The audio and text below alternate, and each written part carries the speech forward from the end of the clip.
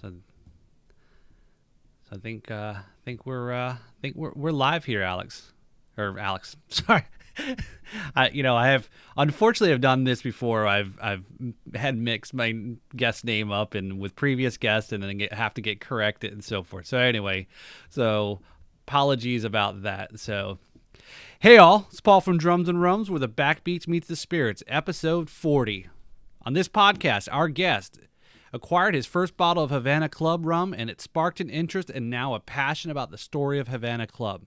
Most people know about the Bacardi family, and even though many know about the Havana Club, most don't know about the family behind Havana Club. That one bottle has now grown over to 500 bottles. I'd like to welcome our guest to the podcast, Christopher. Hello, Christopher. How are you? Hello, guys. Thank you for the invitation. Many greets from Germany.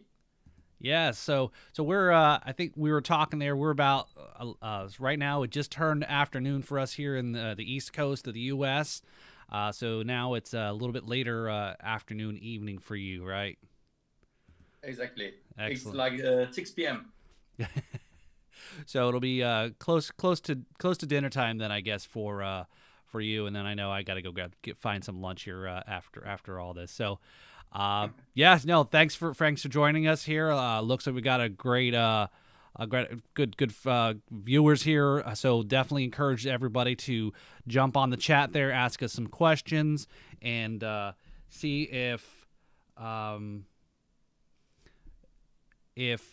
anything we can answer. So definitely interactive. So I know Christopher's got a lot of information he'd like to share. Also, I know there's a lot of stuff we're going to talk about. I think there's going to be a lot of information. I don't know if we're going to be able to capture it all within the time frame here, but we'll try our best there. So all right. So Christopher, you wanted to go ahead and give us just a little bit of an intro? Yes, of course. So my name is Christopher. I live in Germany. I'm 34 years old, and I'm interested in rum since around 10 to 12 years, but I'm collecting rum since, let's say, 7 to 8 years, especially rums from Havana Club and the Arechabalas.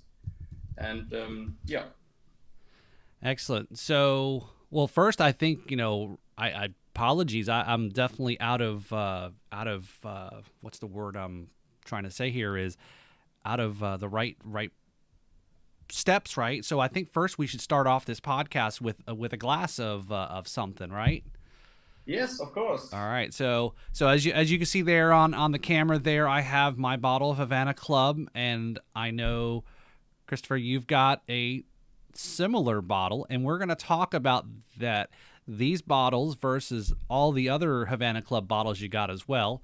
So we'll go ahead and have a little. I'm gonna start with my Havana Club.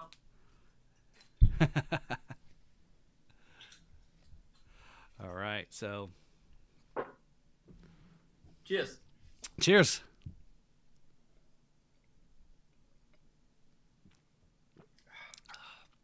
That's really good. All right. So I guess now that we've started this podcast off properly, you tell us, how did you get into collecting? Yeah, it's a long story because there was not really a start or a point where I said, okay, I want to be a collector now. But it was like when I was around 19, 20 years old. So it's the age of starting drinking mixed drinks and so on. And my friends started drinking, for example, with vodka energy, whiskey and Coke. But I don't like energy, and whiskey for me is a bit too hard. And then I was just drinking my beer. And it was in my vacation in 2008. I went to Cuba, and then I think it was the first time that I really tried rum with Coke, and so it was fine. It was not that hard. It was a nice long drink. It was a nice vacation. When I came home, I had also my drink for the parties, and from that time, I bring always a bottle of rum to the parties before we went to clubs, to discos, and so on. And this was where I came into rum, but where I really started drinking rum was or collecting rum was the time that I had a I don't remember why or how, but I had a old bottle of Havana Club in my hands Hmm. from the 70s, and I just tried to figure out the history, what's behind the brand, and Bacardi is very famous all over the world. Right. In Europe, same like Havana Club. But when you're going to start to find the history and to get into the deep history, then there was not really a website or a story about that. And I just read something about the Arechabala family. But and that was the reason why I started collecting Havana Club, because I started to understand the history and to get some background. And it was more that I was interested in history, and then I came to collecting the bottles. And then one point to the other point came. I got good contacts, a good network. I got in contact with the great grandfather from the founder of the Havana Club, or the Jose Arechabala, who founded the company in 1878. And and then it was step by step. But this was in 2014. So that was now. How did you now? Again, we're definitely going to talk about the family, the story, the rum, and but obviously there's the question I wanted to ask you was how did you end up going to Cuba, or was that just a vacation or a cruise or something? Yeah. Because that's obviously something that we can't here do in the States. And for those that are watching, we're just going to definitely the podcast and discussion will be purely about the rum, the family, the story, all the other things that go with it. That's not for not for this podcast or discussion, but yeah. So how did you end up in Cuba then? Yeah, it was just a normal vacation. I was interested to go to Venezuela, to Isla Margarita, but I had no friends who wanted to join me. And but I had friends who planned a vacation to Cuba. And then they said, hey, let's go to Cuba. And we found a nice hotel there. It was a mix between staying in a normal hotel. It was not Baradero, by the way. It was a hotel between Havana and Baradero. So it was really in the middle of nowhere. And but it was nice. So I liked the people. We made some trips, and I introduced to rum. I had really no idea about rum before. So if you would ask me before 2008 how rum is created or whatever, so I really had no idea. And Right. so then I went in the same year. It was in March 2008 where I went to Cuba for the first time. Then I went again to Cuba. So it was a similar trip. It was some days I stayed in Varadero. Some days I stayed in Trinidad, the south part of Cuba.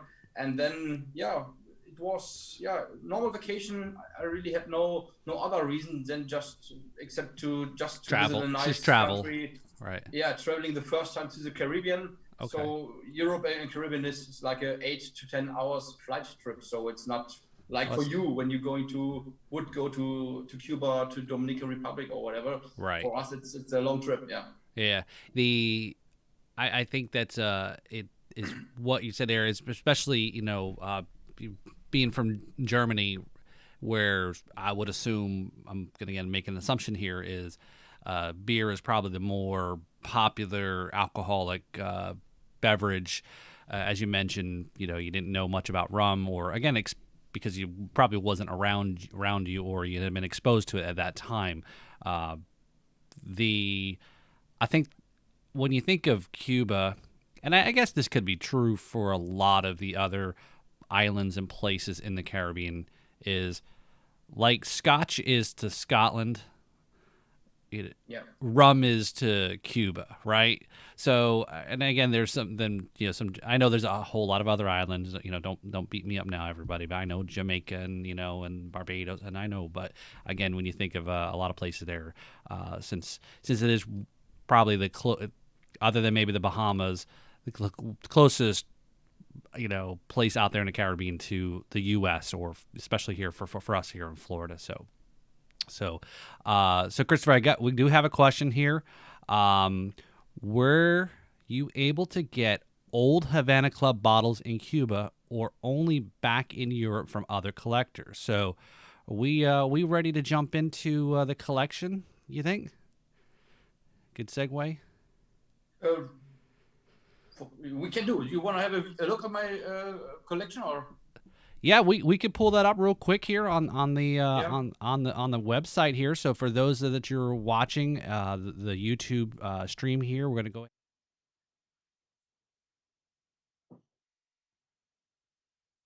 But are we going to answer the questions later on, or now?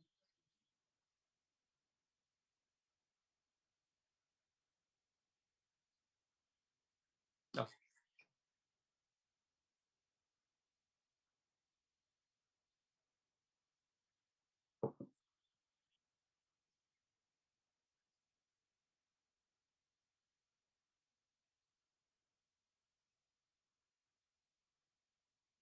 So we're gonna flip back over here to us here in the conversation. So, uh, yeah.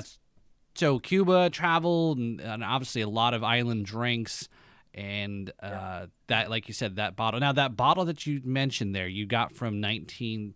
It was a bottle from 1970. My first bottle, you mean? Yeah, Yes. it was a liquor because no, it was 7 years. It was 7 years Okay. Havana Club rum. Okay. So I just can show you my one of my first bottles. Okay. I have to move on here, and it was probably was one of these two here. Gonna see it, Okay. yeah. And I just found it. It was because eBay is not working here in Germany because it's it's American company embargo, so you cannot really buy and sell Cuban things there. Mm. But it was a similar website, and I just Okay. got this bottle very cheap. It was like 30 euros, and I bought it because I started my interest in rum, and then I seen just the bottle, and I was thinking, but what's the story? Why Havana Club? What is the family story behind it? Because or was it maybe also from the beginning a government company? Or because I know a little bit the story of the Bacardis, of course, but Right. everyone knows the Bacardis. It's till today it's a family company and the biggest rum company in the world, probably. Right. So yeah, no, that and I think that's as you mentioned there, the eBay aspect. I would have never thought. Again, is you know, the internet is the World Wide Web. It's everywhere. Of course, each Yeah. country has some different maybe restrictions or so forth. But yeah, as you said there, about the eBay where you can't access those Cuban products because it's an American Yeah. company, even though you're in Germany and there's no embargo or anything on that for where you're at. But yeah, I guess that's kind of interesting. And those how you acquire some of those. Now, I guess how do you acquire how have you acquired? Obviously, we're just seeing here in the camera here just a small sampling of just one shelf above you, right? And I know for here in the whole room though, so for those you're on watching on YouTube, you can see that's just there you go. So Christopher's just panning his camera to kind of get a sense for that's just one side of the room at the moment, and then I'm sure you yep. So yeah, this is some serious hardware here, and then here on the other side of the room here is continuing the whole collection. Um, so out of all these bottles, Christopher, do you have Yeah. them all cataloged? Or do you just take them and throw them up on the shelf, or do you kind of can look up everything you have? Sorry, can you repeat it? I was just taking my camera. Yeah, no worries, no worries. So, out of all the bottles you have, let's get it out there, right? So, I know I only have on my own home bar here, and Yeah. somebody mentioned they thought it was a lot, and I said, I've got about 40 different types of rum, quote unquote rums from across the different spectrum of rum. And I said, well, wait till you have our guest that's coming up on the show here. I said, my few bottles is nothing compared to Christopher from the Havana Club collection. So, how many bottles do you have? Um, it depends. I have more than 500, but some bottles the difference between some bottles is sometimes just a word. Let's say like some bottles are exactly the same, but one bottle have a one word extra, like importado, which means imported to Europe or whatever. But this bottles I do not want to count because this is not really another bottle. It's just a one word on the label. But I have around 430 to 440 really different bottles with different labels. Yeah. Okay. And and do you have them all cataloged? Do you have them tracked somehow, or do you have just kind of thrown them Yeah. up on the shelf and that's it? Yeah, I have them catalog in a database on my computer, of course, where I also saved how much I paid, what is, in my opinion, the value of the bottle, from which age is the bottle. But the main catalog is my website because in 2015 I created my website when I had just 65 bottles. But I started to create a website because first of the history of the Arechabalas and Havana Club, because the history was not, or for myself, I had no chance to find a really complete history of the Arechabalas in the internet. Then I made a small, a very short story, a biography of the company, of the family, and uploaded it on my website. And then also my bottles, of course. And how I said, it was just like 65 bottles. I made it in English and German. Because I had no rum room, and I had all my bottles which I got. I just cataloged them in my database, upload them to my website. This was my showroom, and because this room is just like 3 years old now, and yeah, all the bottles went into the box. And I think for 3 years ago, when I started to build up this rum room, also Right. my wife was very surprised how many bottles I really have, because she has just seen like 15 boxes, and every box were 15 to 20 bottles each. Right. And then she went, I think it was to her parents' home, and when she came back in the evening, she had seen all the bottles on the wall, and she was really, fuck. That's a lot, yeah. It's like, oh, where have you been hiding all of these, right? So, Yeah. that's funny. The so yeah, so do you? I guess this is an interesting question then. So in your room there, in your collection, obviously it's very much your passion, your pride, and it, Yeah. and it's awesome. Do you like insured the room or your collection? I don't know. Is that something like I would assume in Germany? That's again, Yeah. pardon for my ignorance, but yeah. So if something happened, unfortunately, which I hope it doesn't, but Yeah, a burn, a fire, or okay, we have not that much water here, but but of course something can happen, or someone is coming in and stealing some bottles. right, But they are insured, but not by extra insurance. I just called my insurance company, which we have in Germany. Like 99% of the people are having this kind of insurance. This insures your house, your stuff in the house, and so on. And I just asked them. So please tell me, do I have to give you an idea of the value of my collection, and you tell me how much I have to pay extra or whatever. And he said just to me, yeah, just tell me if the collection value is more than 100,000 K, because then we have to do something. But to this value, it doesn't matter if you have a very expensive sofa, a very expensive TV. This is included in the insurance, or in the insurance company, in right. the insurance of the house. But yeah, the last time I talked to them was 1.5 years ago, and I was nearly by the value of 100,000 K. So yeah, I think It it's a good point to talk to them again. Yeah, no, and I'm sure, and I know, and I only asked the question, and again is the obviously the importance. It's probably not so much the monetary aspect of, it's great that you can, if something ever happened, be able to,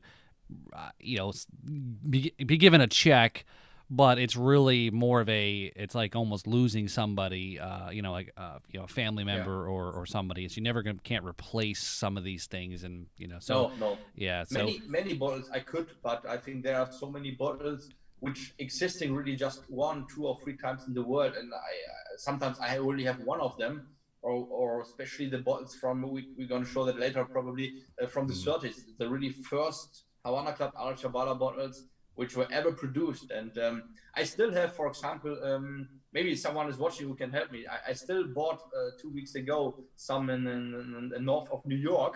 I already paid them, but I just need to wait till I can pick them up. And so now we cannot really travel to New York. But normally I have friends who are making vacation there, and then they would help me. But currently, because of the Corona situation, it's of course a problem. Right. But yeah, sometimes it's the bottles maybe don't have a really high value because of money, but because of the story.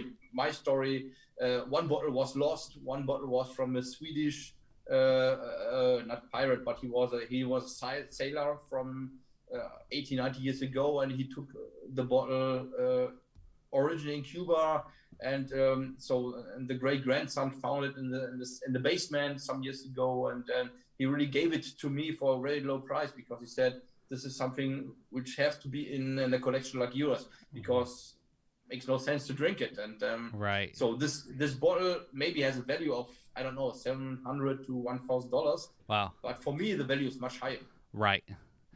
And now every bottle that you have, do you have bottles that are that have rum in it, or also do you have bottles that are just the, like an empty bottle that is a certain design or from that certain time period? Yes.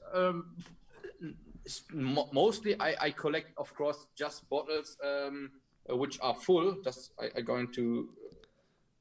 Yep. Okay. So normally I just collect, of course, bottles which are closed and not open and full with rum, of course. But here, for example, I have two bottles which are empty. This, for example, the left one is a crema de menta. This is not a rum. This is a more a liquor from the 20s or 30s, probably from the 30s. And on the right, there's a Havana Club rum, a bottle which I do not have in a full edition, but this is a kind of bottle which you cannot see here because these are the normal bottles, and this is another style of a bottle. But this I got, or someone offered to me, and yeah, so the price was fine by me, and I bought it, of course. But my focus is, of course, on closed bottles, and here you're gonna see most of them. Right. Yeah. No, that's I love the woodwork there as well. The rum definitely, that's the important part. But yeah, you definitely, this is a passion Yeah. of the project, or I don't know if you call it project, but yeah, that's definitely a very nice place you have here. So yeah, so no, that's no, thanks for showing. I guess it's kind of like a lot of things that are sold now online or going for lots of money. Like somebody paid a crazy amount of money for an unopened original Nintendo Mario game for hundreds of thousands of dollars, but it was unopened, right? So again, to your point, these bottles are most of them, as you try to collect, as you said, that are still sealed and so forth. So I think now's the time to, so we've learned a little bit about you, learned a little bit about your collection, and kind of to talk about, why are we talking about all this, right? And how it started. As you said, the family, you mentioned the Arechabalas, how this product that everyone is a collector, a connoisseur, fan, whatever you call it, has where it all started. And as you mentioned already, Christopher, was how your start into that first bottle, wanting to learn more, not a whole lot of information. As you mentioned, a lot of people know the Bacardi story, but not a lot of people knew the story about the Arechabalas. So can you kind of talk a little bit about what research you've done and how you've gone through acquiring some pictures, photos, right? Yeah, sure. Some historical documentations and so forth. Maybe a little bit about some of the folks you've kind of been in contact with to acquire some of these things as well too. Yep. And also a little bit about there was something I read out there about how you helped a one of their family members for something with a birthday, and was able to uh, hook them up with something. We won't get too much into. I'll Yeah. let you tell the story. So, but yeah, yeah. So tell us a little bit about the story of the Arechabalas. Yep. Yes, it was then when especially when I created my website, I was interested. It was the main reason to upload a full story of the biography of the family history, and then I made something like a timeline to write down the points when happened what, and first to understand also by myself to understand the story. But at the end, I didn't find that many information on the internet, and then I got an email address from another collector who stopped collecting. He gave me the email address from the great grandson of the founder of Pepo Arechabala, and who is living, and probably he's watching now, and he's living in Mallorca now. And so I started contacting him, but I got no answer. And but a month later, I started to write an email again. It was I remember the day exactly because it was in the evening. I was in honeymoon. I was in Nicaragua. My wife was sleeping, and I got an email from him, and he was really interested in my motivation and why I'm interested in it. And so, but we wrote some emails. In that evening, I had some rums, some Nicaraguan rums, of course. And then he said, okay, if you are interested, you can interview me. Just visit me in Mallorca, island in Spain. And so, in the same evening, I booked a flight, a very cheap flight in the winter to Mallorca. It was like 35 euros. I paid like $40. And a month later, I really flew into Mallorca for 2 days, and I met him for the first time. And so we had a nice time, 2 days of interview. And for me, it was really crazy because when you know how does it work in these families. So with the last names, they always have two last names, and then Arechabala, Arechabala, I. So every second name was Miguel or Carmen, Carmelina, and so it was really, really hard for me to understand it. But I had so many questions, and when I had some questions, I wrote him by WhatsApp, say, Peppo, can you explain this again and this again when I was home again. And then I really started to make this project with him together to write a biography. And it was like 4 years ago. In the last 3 years, I was a bit. I'm nearly done with my biography. This is the script in English and Spanish, and I sent it over to Spain again to Peppo, and he corrected some things, and now I really have to go ahead with to find a company who's printed it in a book, and then we are having the biography of the Arechabala family. Right. Yeah, That's and awesome. and then some years, it was like 1.5 years ago, I also contacted or got in contact with another member of the Arechabala family, of Anton, and who is nearly my age, maybe some years older. And we also had some nice talks, some video chats. I had a similar interview like we are doing now last year in May with him. And so he's also really interested in the story. And I think Peppo and Anton Arechabala are these two guys who are really trying to collect the family story. And so my motivation, of course, is now to finish this book. And then for me, the motivation is not to making money. At the end, I'm not making money with that, but for me, it's a pleasure to do that. Right. That the story is not going to be loose. And and that's great. And actually, Christopher Peppo is on the chat here, so he said, well done, Chris. So I guess cheers, Peppo. There. Yeah, Peppo. So and, so that's I find that what you're doing there and connecting with family members, and here's a guy who's in Germany, who's learning about about a family and the history and the stories, and helping the family kind of piece some of those pieces of information together. Because that's a lot of people want to have, is to know where they came from or their family heritage, and thank. I guess one of the good things about the internet, well, I guess it can go either way, is there's a lot of information out there, and you can connect to a lot of people now, and you don't have to necessarily have to go someplace. And a lot of information is now, that used to be in courthouses and so forth, are now online. So Yes. it's great to be able to for those mostly, I guess maybe the equivalent is trying to look at their family tree, right, or trying to understand their lineage, and the story behind it. And again, everyone is very proud of their family, their history, their ancestry, and heritage, and so forth. Yeah. So that's great, and to be able to connect with some of the family members as well too. So that biography is so that covers from the time, the start, when migrate. Not, I don't want to say migration, but the move from Spain to Cuba and the whole story there. That you do have a lot of that on the website there. So that, and all the way up to how far are you currently at in the biography? I guess chronologically wise. The biography is nearly done. I just have to. This is my script. This is nearly done. I just have to correct some mistakes or whatever. It's nearly done in English and German, of course.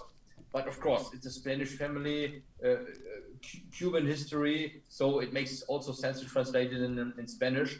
But maybe I need to find someone who's making it in a good way, which looks like similar, like professional. Mm-hmm. But anyway, I'm happy with the things we did till this moment, and also because the good thing that I got in that direction was that I really had found good contacts in Cuba, and they helped me to find a lot of stuff, historical stuff. I'm going to show you, because I prepared something here, and just a second, I have to switch my camera again. For example, here you're going to see really historical books. This is, for example, from 1935, the bookkeeping, the accounting book. You're gonna see it here, and I have a friend he's a German, and he has very, very good contacts to the government in Cuba, and he helped me to bring all these books to Germany, just to save this kind of history, because when you know a bit of the politics and so on, they are of course not really happy to read about embargo, about the family was kicked out, whatever. So I was really scary that maybe someday this kind of history is going to be burned or whatever.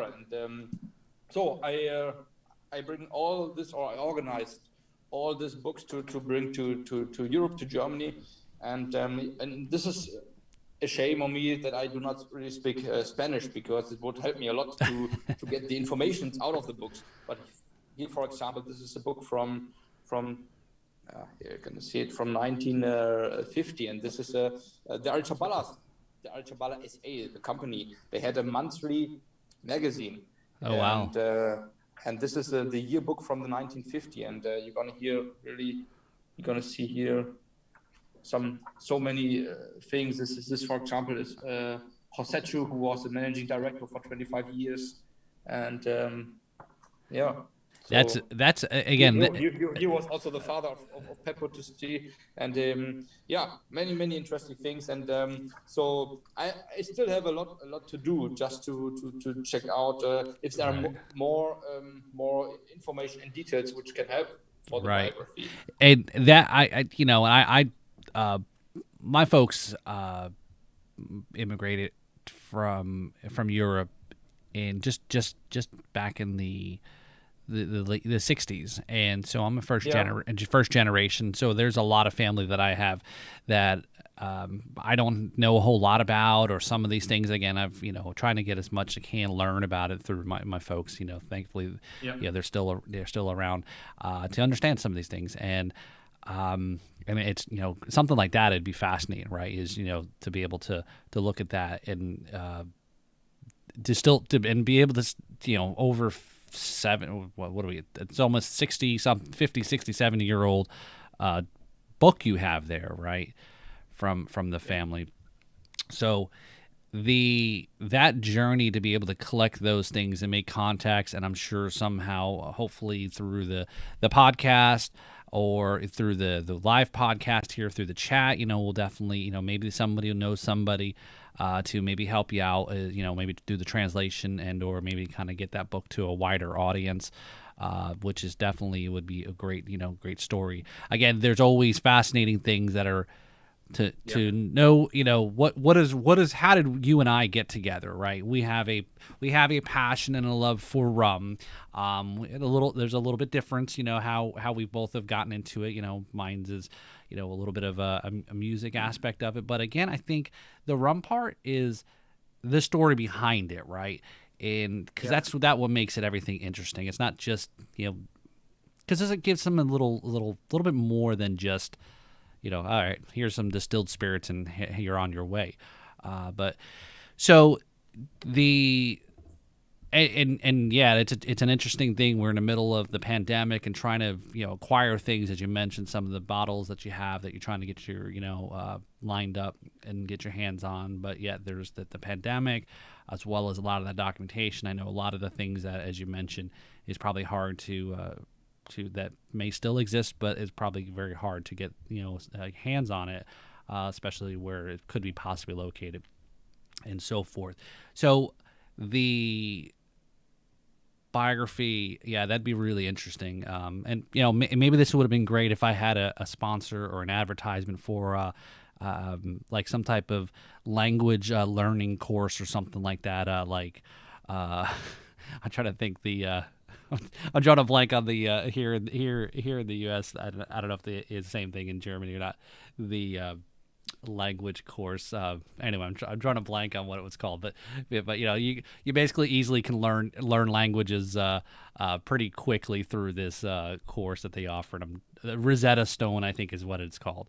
But yeah, maybe that's something that you brush up on. But yeah, I'm sure Christopher, we'll have somebody be able to maybe reach out to you or again offer up to but yeah, I would look forward to love to read through some of that, because again, I think through this podcast that I've come across is part history. There's something behind it rather than, again, yeah, we can just drink, but again, there's something to it and a travel kind of thing too.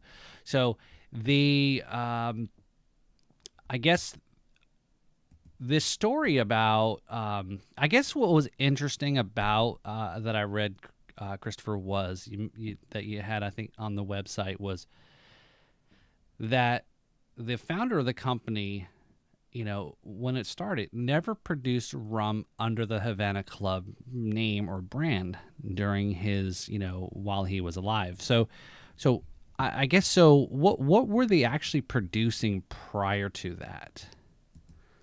Yeah, in 1878, when Jose Arechabala founded the company, he was producing alcohol, kind of liquors, but not rum, or especially Havana Club rum. Havana Club, the first Havana Club rum was launched in 1935, and he died in the early 20s. So he died I think it was in 23. So, and he started with a very, very small company in Cardenas, which is like 15 miles away from the Varadero we know from today. And he was just having a small family company. And in 1921, he bought many other companies, and then it was called the Arechabala SA, and then it became bigger and bigger. And then the next years, when he was more than the 70 years old at that time, and in that time they also produced sugar. They exported it to the United States. It was the main market for them. and they produced liquors. For example, the liquors, the empty bottle I showed before, Right. and also some rum, but not Havana Club rum. Yeah. Havana Okay. Club rum was launched in 1935 the first time, and in that time he died like 10 or 12 years before. Earlier. And that's right. And again, looking through the website and the history and the timeline, I think that's just it's just very cool because the many things that the family, the company had created, there were again a lot of talk about how Cuba was huge during the time of prohibition here in the U.S. and a lot of those things, and or as well as producing, I guess, gasoline, right? During I guess during the war. Yes, exactly. During the Second World War in the early 40s, they also produced gasoline on base of alcohol, and they produced, for example, candies and they sponsored it for free for the American soldiers. That some of the soldiers can get some candies for free for the kids. They produced sugar. Sugar was the main product they really produced, especially in the 20s and the 30s, because in that time before Jamaica and Barbados took the sugar production over because they produced it much cheaper after. But especially in the 20s and then the 30s, Cuba was the main producer of sugar and rum, or to producing rum and kind of liquors was just a product by the way, because it was they had the sugar cane, they made it to sugar, and at the end they had some waste of the sugar cane, and with the waste of the sugar cane they made then the Ethanol. alcohol, and the candies, the alcohol, they made creams. In the 30s and the 40s, it became really to a big company. They were the biggest company in North Cuba. In the south, of course, it was the Bacardi family. They were bigger than the Arechabalas. But in that time, the city of Cardenas. I visited Cardenas 3 weeks ago, and but at that time, Cardenas was completely sponsored by the Arechabala SA, by the family, by the company, and I think every guy who was compared to the company, maybe not directly but indirectly, and then they were I think they had employees for thousands of people. The employees just work for the Arechabala SA. They have own ships to ship the rum and the sugar to the United States, especially at the time of the prohibition. They find another ways to sell it. The Americans came to Cuba, to Havana, to drink rum, buy rum, and so it was the Arechabalas. They were really a rich family at that time, and yeah. But the problem of the Arechabalas were in the early 40s, they also had a second company in Puerto Rico, just to save taxes when they going to sell rum, sugar, or whatever to the United States. But I think nearly after the Second World War in the mid 40s, they closed the company because the reason I do not know the reason, but at the end they closed it. And this was maybe the problem, because the Bacardis, for example, they had the main company in Cuba, but they had also a company in Puerto Rico. That was the reason why the Bacardis were producing rum also after they were kicked out of Cuba Right. in 59, 60. And and this is the result now. So I guess I have to ask this. Well, it probably wouldn't be really fair, Christopher, for me to ask you this question because I think you may have a little bit of bias to it. Is in looking at that is between these two, and as you just said, there was big. The Bacardis were able to. They had things in place to kind of keep things moving forward after after every the kicked out. But and I know both company, or well, not both companies, but both recipes or rum is different, or they have many I guess options or flavors or whatever you call it.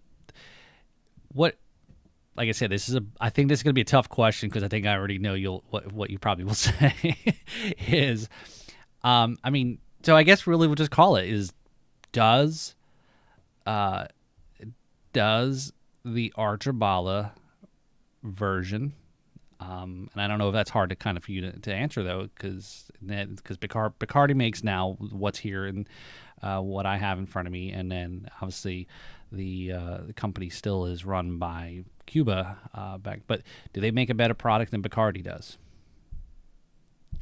Um, yeah, the thing is, it's a long history, and I think we would need to talk about it for another 2 or 3 hours to really get in and to understand the story. It's Right. very interesting, and also on my website you just see a very short part of it because Right.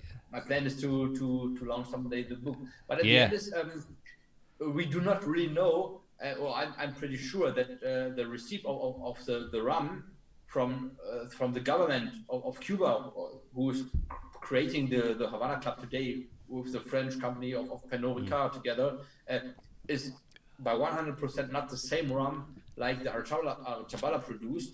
And I would also say the Bacardis are not producing exactly the same Bacardi like 70 years ago. Right. But also the Arechabalas are producing now or having launched in 2018 an own rum, but this rum also probably do not have the same receipt from the Right. 40s or the 50s. Okay. From my point of view, I really love and I like the Havana Club rum, but to be honest, there are also many other rums which are better and the price is lower. But I tested, of course, also some Bacardis and the white rum, the I think it's Carta Blanco from Bacardi. I do not like it that much, and also I'm not sure if I'm right or not because Bacardi is really not a part. But rum is just rum when it has 37.5% of alcohol, and I think the Bacardi just have 36, for example. So it's officially in Europe. It's just a rum with no, it's a rum with the base of a rum, but it's more a liquor. So it's a bit complicated. But Okay. at the end, of course, I would drink it with rum with Coke. Right. But when I in Germany we are lucky so I can decide in the supermarket between Bacardi and Havana Club. So I would always take the Havana Club, the 3 years old. But when you come up to 8 years and older by the Bacardis, this is also a good one. So you cannot really say that this one is better or the other one. It's kind of what you prefer. So yeah. I guess I wasn't trying to set you up there. I was just like an apples and oranges kind of thing there. Yeah. So all right, looks like my camera kind of froze there. So like I said, we'll continue there. I'm still, hopefully y'all still can hear me on the Facebook, on the YouTube there, but my camera kind of locked up there. So the story there about the helping out one of the family members with acquiring, somebody from the family reached out to you, so that kind of I guess that feeling saying, wow, okay, that you're seen by that family that you are most interested and passionate in learning and telling that story and and being a historian of, has reached out to you for something. So you talk a little bit about that? Yeah, sure. It was, I think, I just tried to remember, it was in 2016 or 17. I got just a normal email, like I'm getting it like 2 or 3 times a week through my website, and there was a family member of the Arechabalas. I think it was in the 4th or 5th generation, and she just asked me if I can organize a bottle for her husband, who's becoming 45 years old.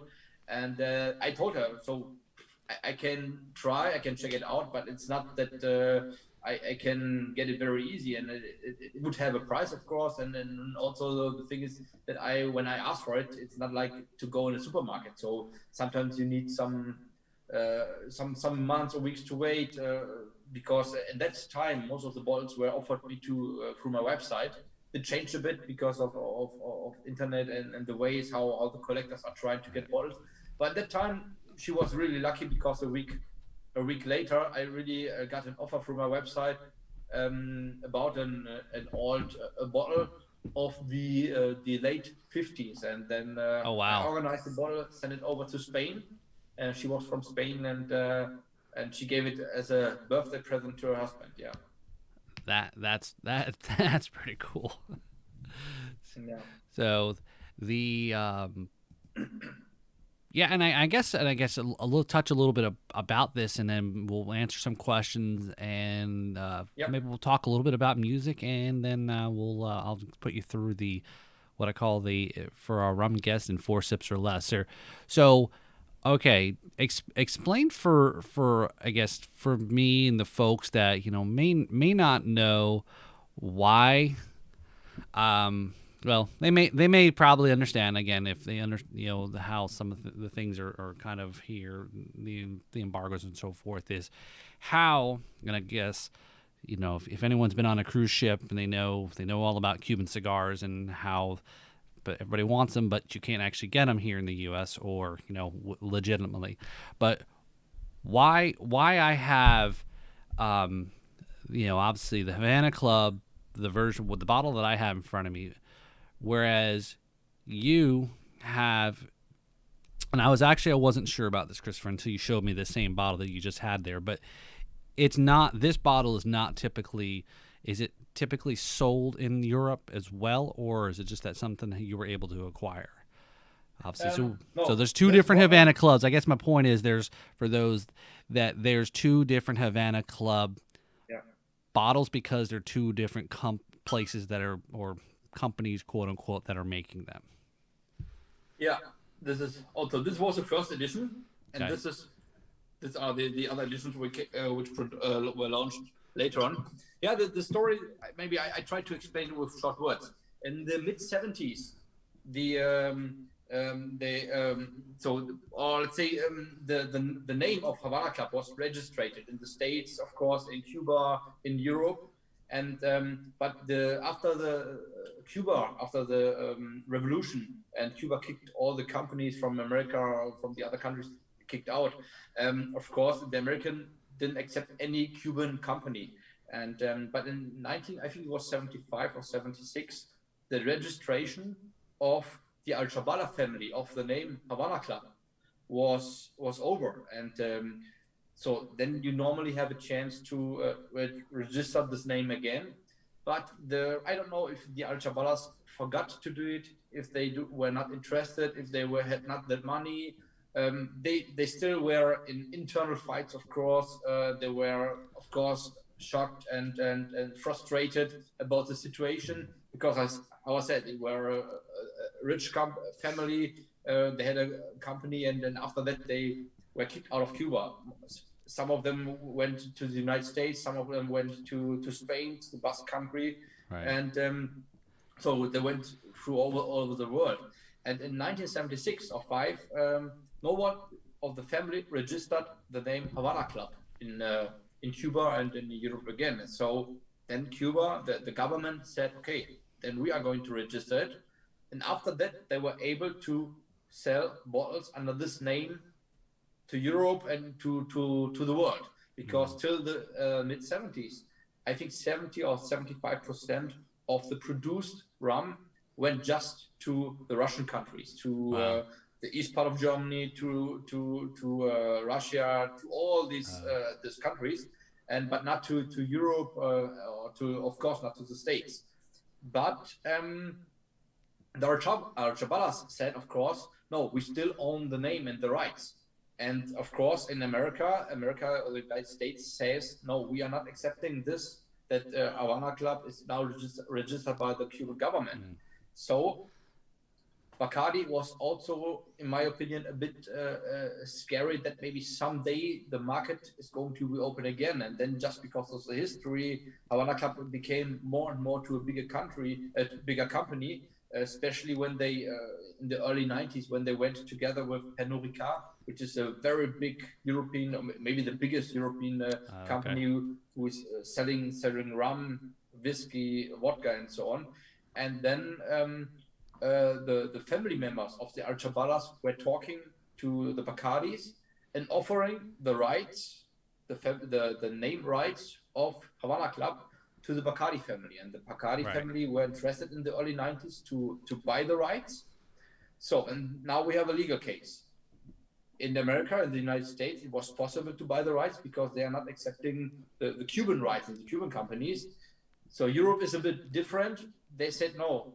In 1976, the Cubans registered the name and the rights of the name here, and everything was fine. So in Europe, it is not allowed to buy the dish you have there to sell in Europe, but they are going to sell it, of course, in the United States. And since 1996, the French company, together with Havana Club, is having a legal case in the United States with Bacardi. And of course, in the States, Bacardi became the rights. And in Europe, they decided, in Spain, they decided that Havana Club Cuba with the European Pernod Ricard company became the rights. And this is the result we have now, that we have two different kind of rums under the same name in the world. And but I think Bacardi is scary till today, that Havana Club maybe is going someday to get a step into the market, because I think 70% of the rum market is in the United States. But Havana Club Cuba, I call it Havana Club Cuba, became to the third or fourth biggest rum company in the world without a step into the door of the biggest rum market. Right. So you can imagine it would be a very, very big competition for the US market. Maybe the Americans I do not like the Havana Club rum, could be, but they are interested in the story, and maybe just because they are going to be curious are buying it. And at the end, Bacardi would lose markets. Right, and that's because some of the Facebook groups that I and I think we both probably are in them, is that more of a global rum Facebook group, UK Facebook group, UK rum Facebook group, and it's almost, I see like every other day, or almost every day, is some sort of posting of everyone. People are posting their bottles. And there's almost every day there's a Havana Club bottle, or a Havana Club spiced, or Havana Club this, and it's like, it's interesting because, I know of the product. Most of those that maybe are in the U.S. know, and again, if you're a rum fan, enthusiast, etc., you'll know what it is, and it's just something that here in the U.S. we can't get. Well. And not just because we can't get. I know there's as we said, we don't want to get into too much into the political things, but there's reasons why we can't get it. But there's also many other rums that we can't even get our hands on throughout the world. We had on earlier this year Jamie from Jacobite Spirits, the Scottish company, a rum company. And that's just something that, because how we can't, against nothing, we got nothing against Scotland, but just because there's all these laws around alcohol and so forth, that is kind of interesting that it's a different restriction, but it's still ultimately, we can't get our hands on it regardless. So yeah, it's kind of an interesting, it's a very interesting story. I'm just thinking about it here, Christopher, is I definitely can think, and maybe I shouldn't say this, out in front of the millions of people that are watching this podcast right now and listening later, is I could definitely see a movie about this. I definitely see the right story, and I think there's an interesting thing. The right characters. I could definitely picture like Armand Asante, if you know who he is. It's just fascinating. They had opened up. I don't know if you knew, but a few years ago they had opened up the travel into Cuba, and we already had booked, and our cruise from out of Florida was going to go, and because again, I know there's a lot of feelings about what's currently going on and so forth, but from what everyone that I know that is who's originally from Cuba just talks about how beautiful a country that is, and the place, and so yeah, there's a lot of other sides of the story of unfortunate for those that had to flee. But and so anyway, we'll continue on here. So I think so we want to go ahead and maybe talk through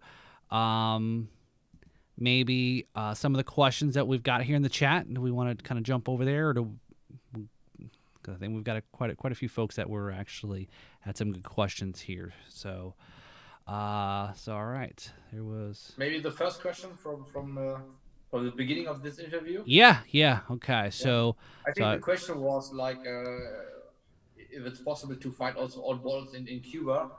Um, Not really, because the situation is, especially if you talk about old bottles, new bottles, of course, yes, but old bottles is not possible to get in Cuba because just think about if you would try to find a 70, 80, 90 years old bottle there. Cuba is a country, is very hot. 80, 90 years ago, they did not really had a fridge, or for example, to cool down rum. So I just going to show you what I mean. Just a second. Yep. For example, here you're gonna see some of the old bottles, and really, it would not possible to get a bottle like this in this good condition. And these bottles are from, for example, this one here is from 1935, 1937, wow. early 40s, 37 again. And these bottles you would not get in this kind of condition. First of all, the Cubans are not really collecting something, especially in the times, let's say, they had good times, of course, in the 70s, 80s, but in the 90s, for example, they had hard times. Now they are becoming back in hard times, but the air is so wet. You have like 80 or 90% of wetness in the air, which destroys the labels. The alcohol, you're going to see the filling level is always different, and on every of my bottles, you're going to see it here. Maybe on every, I have a special kind of stripe, just to keep track of where the levels are, right? Exactly, and I think in Cuba, with this kind of climate things, the sun is burning, the bottles would not be in this good condition when they would stay there for 70, 80 years, especially without cooling or whatever. And but in Cuba, of course, if you have good contacts, if you know the right people, you can get good bottles, new bottles, which are very, very, very, very rare. Right. Rarities, but not all bottles. Just right. bottles from today or some years old. Great. So hopefully that Ristra Anton, hopefully that answered the question there. He also commented that is the place, Peppermint. I think that was when you were showing the cabinet there that you had. Okay, so in another question, to what year does the history get? Is it until the Cuban Revolution? So I think this was a regards to the biography the that you were writing up there. So I think we kind of may have touched upon that, right? Yeah, the title of the book is I can show it, then maybe that's, can you see it, or is it Yep. It's the Arechabala's 1 century in Cuba. And the reason is why I call it like this, was the idea of pepper, for example, is that the first Arechabala, who was founder, Jose Arechabala, arrived to Cuba in 1862, and he founded the company in 1878. In the years between that, he was working here and there for people. And the last Arechabala who left Cuba was in 1962, 2.5, 3 years after the revolution started. So some of the Arechabalas got in prison, and and the last one left Cuba in 1962. And I think my biography of the, because it's a biography of the company, which includes, of course, the family, but I think the last side will end with the situation when the last family member left Cuba. Of course, there's also some last words, but I don't want to make the biography like too much politics. And of course, I have an opinion about politics, but I think this is not the part of, or should be not the part of this book. And so the main story ends in 1962. Got it. Okay. That's fair. And yeah, and as you mentioned, there's so much of the story continued, even a little bit about as we talked a bit about the the dispute over the name, the trademarks, and so forth. So, but Yeah. okay, yeah, no. So, Ristra. Anton, he'd kind of added in a couple comments in here about as we were talking there. So he's looks like he's very versed as well to Havana Club. Yeah, Uh, he's the Arechabala member. Anton Arechabala okay, is really a member of the family. Yeah, got it, got it. and Okay, he's keeping also the history. okay, excellent. Okay, okay, excellent. Okay. And we're talking about the movie, as I mentioned. He said there was a show Amparo produced in Miami. Okay, so excellent. That's something I have to look into. So, not too far from Miami. So, okay. Music there again. We'll just kind of chat a little bit about music. So you mentioned, when we did the pre-show questionnaire there, you put in there the evergreen. So, evergreens, oldies, and reggaeton. So, I'm not familiar with evergreen. So, what is that? Evergreens. I mean, this is something I got from my father because he was when I was a kid. I remember when we were driving, when he was driving the car and I was in the backseat, of course. I was listening his music, and that's why I really loved this music from the. He was listening, especially from the 60s, 70s, 80s, the music, and that's why I really love the Creedence Clearwater Revival. Okay. Some music, of course, from Elvis. My little daughter, she's like 1.5 years old. She always is coming into the run room, and then now sometimes I'm getting very nervous because she also likes the Bottles, and I made the all the parts I made a bit higher now because of her. But she's always listening to the song of Little Richard, the Tutti Frutti, and yeah, I have some LPs. I have around 100 also old LPs. And yeah, Oh. I like the music from the 70s, 80s. Oh. I like the Beatles, the Bee Gees, of course, and some sounds of Elvis. Yeah.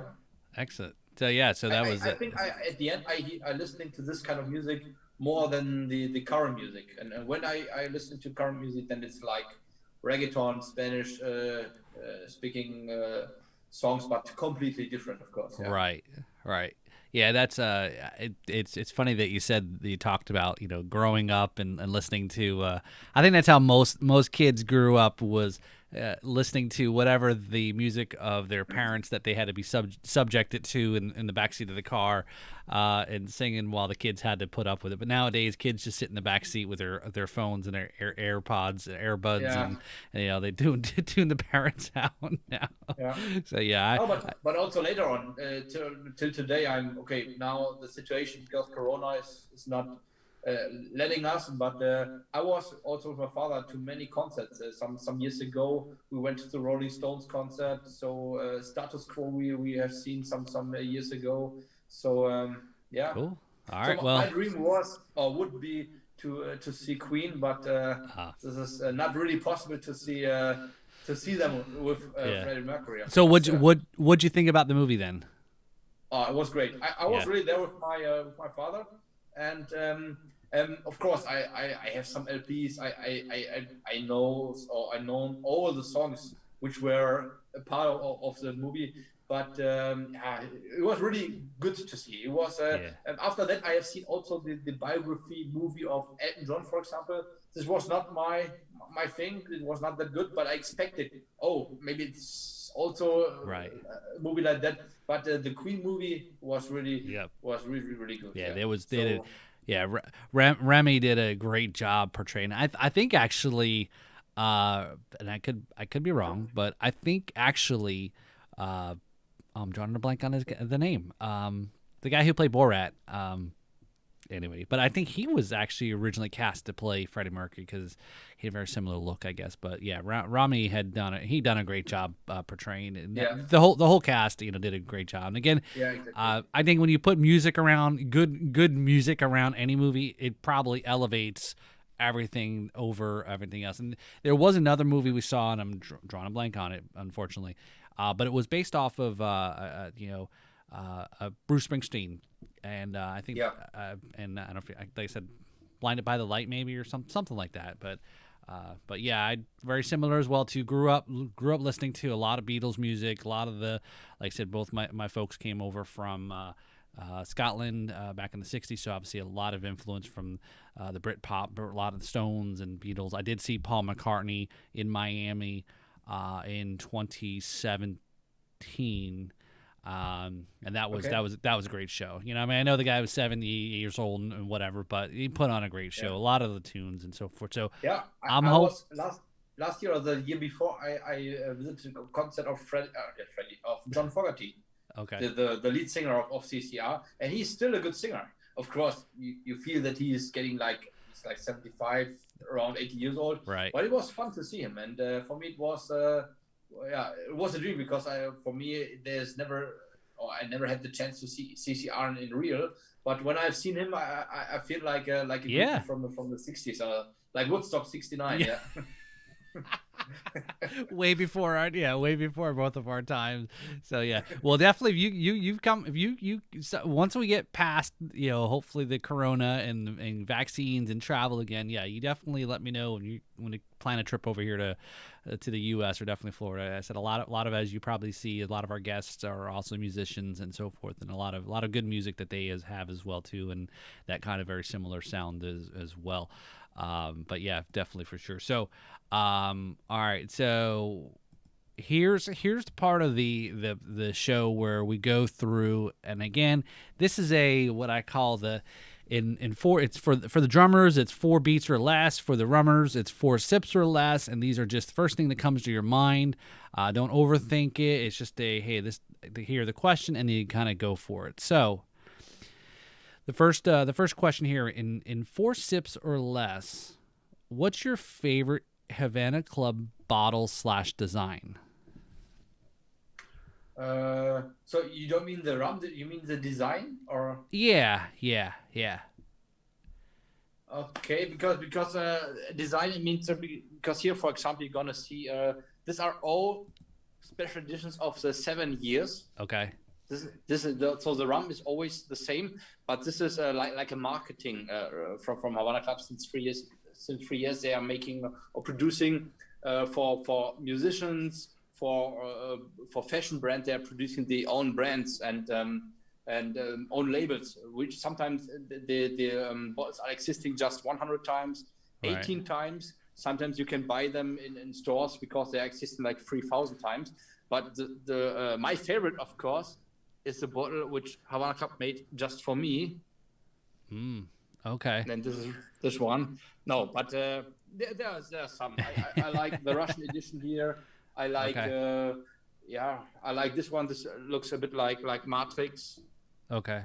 The movie Matrix. And but this one, for example, really Havana Club just sponsored me because I own the biggest collection in the world, and it's limited to 24 bottles. They gave me 30 to also drink some of them, but but at the end there are many nice bottles, I cannot really say that there's one special bottle because some bottles are having a special history, of course. Right. So this is like asking you what your favorite kid is, right? Yeah. Okay. Exactly. All right. I have just one, so the answer would be easy. But this, for example, is a very nice bottle. This is probably the most expensive one you can buy in supermarkets. This costs in Germany around $1,500 US. Wow. But this one is looking good. Yeah. Yep. Okay. Yeah, I know. Like I said, these questions are designed to kind of put a little bit of a challenge on the thought there. So, all right. So let's see if we go. So very similar to that, right? And again, a lot of as you said, pretty much everything is on that shelf there. What you're collecting is sealed up. But of all the Havana Clubs you have had, I guess which one is your favorite? What taste wise? There's a bottle, for example, the bottle came out last year, and the taste of the bottle or the rum was very great. But it's not possible to buy it. It just if you have good connections. Just a second, I will change it. Yeah. It's the this one here, and this is a special edition for the 20th birthday of the Museum of Havana Club. in Havana, of course. Okay. And this bottle was launched, or the plan was to launch it last year in January, because then was the original birthday. But because of Corona, everything was postponed. And Okay. at the end, they launched the bottle a year later, so this January or February. And I was lucky to taste. I think it was like 15 CL, and it was really the best rum I ever tried from Havana Club. And you're gonna see here many more expensive bottles, but this one was really that edition I really love it most. But it's not possible to buy. It's a special edition. It's not for sale. And just every worker of the museum got one for free, and some co-workers from the factory and the management. So, but if you ask me a bottle of the current series, you have a chance to buy in the supermarket, then the 3 years for cocktails and mixed drinks is really fine. I like it. And in Germany, you get it when there's a good offer. You can get it for 10 euros, which is around $11. Oh, that's not bad. And yeah, that's fine. Yeah. And so then, to be honest, I do not really drink that much rum from Havana Club. There are many other rums I like to drink from other brands, of course. Also Cuban rum, but not really Havana Club. Right. No. All right. Okay. That's fair. That's fair. No, and it's good. It's like I said, the questions are designed to kind of have a little bit of a thought, kind of on the spot, but as well too is to be able to explain, kind of a little bit more behind it. So, all right. So when you are drinking rum, and I know we've been having some this afternoon. So neat or on an ice ball or a cube. Neat or on ice? No cube, no ice, no ice. Okay. When I mix it, of course, then I drink with ice. Right. Then when I drink with Coke, I do not drink that much cocktails because I don't like it when it's too sweet. That's, for example, I don't know if this brand is famous in the States, but do you know Don Papa? Yeah. Mm-hmm. Don Papa, for example, the 7 years is very sweet. I like it to drink one small glass, but then it's over. Then I have something on my song that it's so I do not like to drink more. But I drink rum when I drink it pure without ice, just on room temperature. Yeah. So we'll let you know, Christopher, that Peppo had commented that he said, "Paul and Chris, I'm drinking Arechabala 140 anniversary." Yeah. So salud, and again, sorry, Peppo, my Spanish isn't as well, even though I do live in Florida. So even better than the old one. So excellent. So that's great. So that's a great story, as we talked about. Okay, that's it there. Oh, that's maybe a short story. The Arechabalas made for the 140th anniversary. They launched an own rum in 2018 under the name of the Arechabalas. And but I think because of course they cannot make a Cuban rum, so the rum is from Panama, and they made it. And I got, for example, I when I was the second time visiting to Peppo, he organized me two of the bottles in this nice gift box, and I got another two ones from the new looking bottle from Anton. Oh wow, that's amazing. That's awesome. That's a really nice gift box there, and again the photo there of. By the way, here you can see the founder, how he looks like. Yep. Very excellent.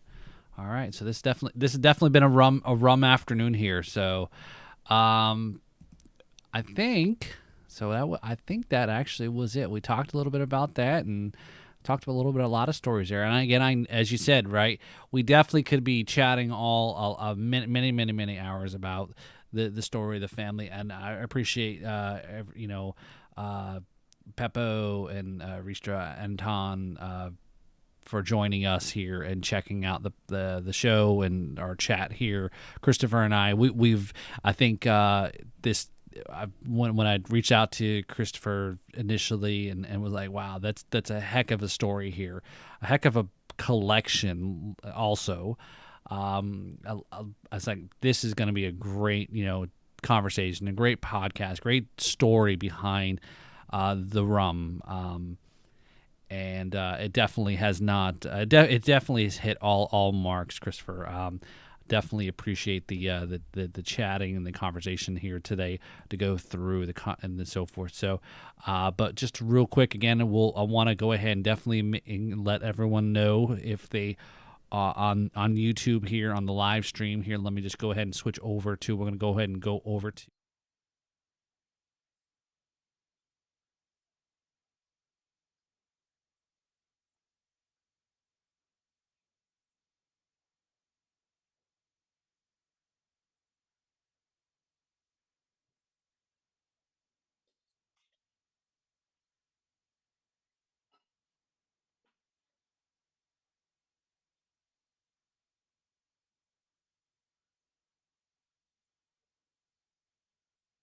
Yes, it's I have two or three different addresses or names for, but it's at the end you coming always on my address.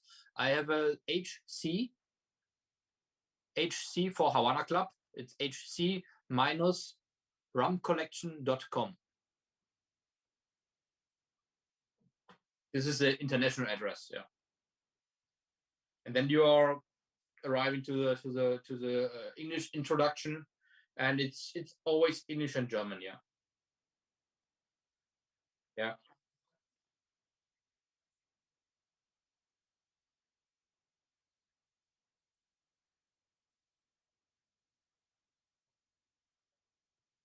Sorry, the collection.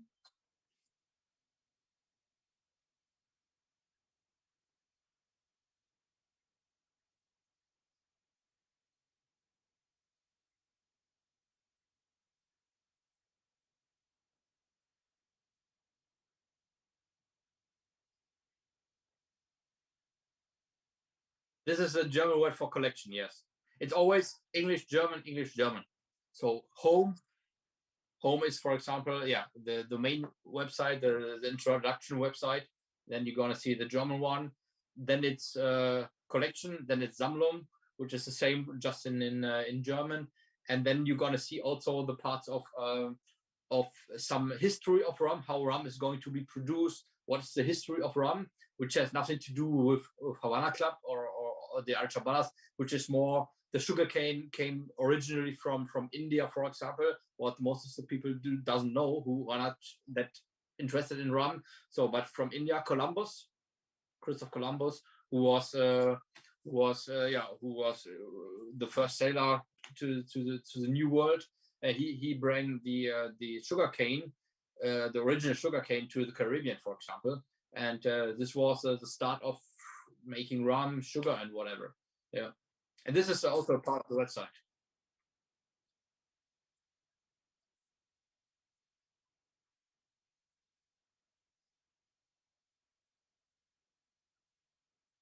Yeah, exactly.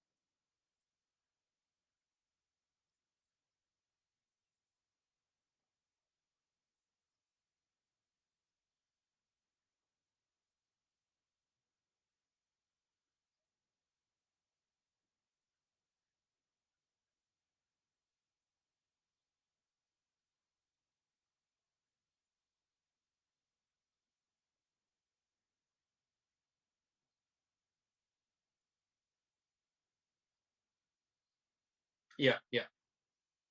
Yeah, March 13. So I have here some new bottles which I have to upload. But okay, the last 4 or 5 weeks I had not that much time.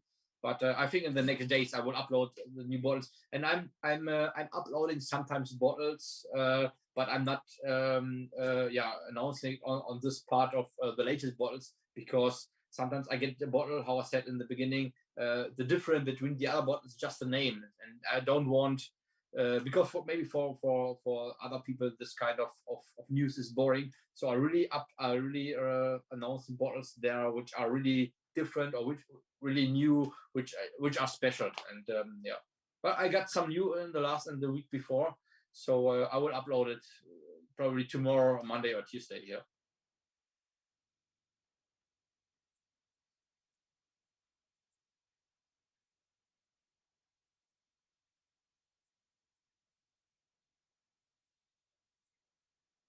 yeah.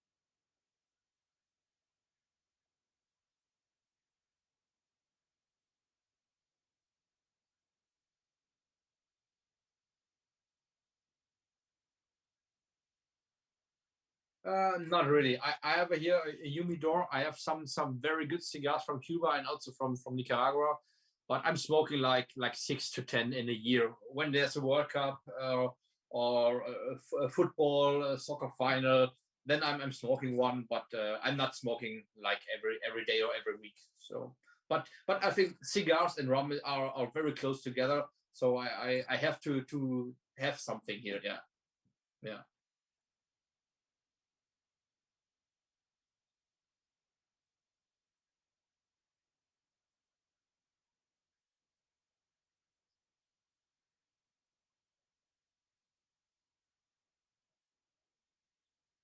yeah.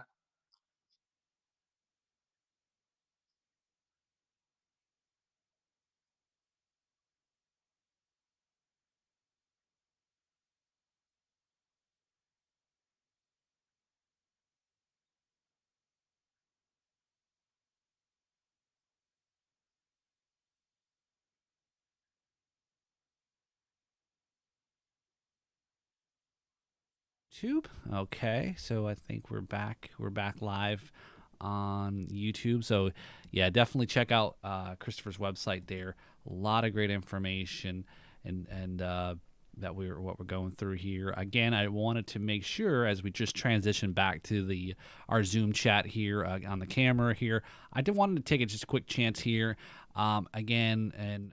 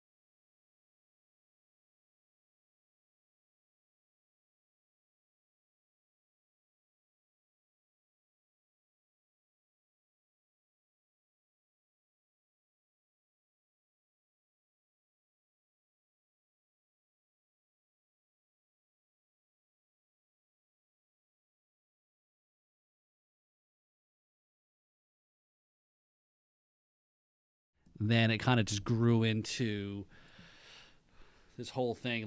I guess looking back at it now, I mean, do you look back and say, "Wow, where has this come? Where you started and where you're at now?" Yeah, it really started like interesting in something, and then it became to a hobby. And especially the moment when my wife have seen the real bottles on the wall, she said, "Whoa, whoa!" fuck, what is this?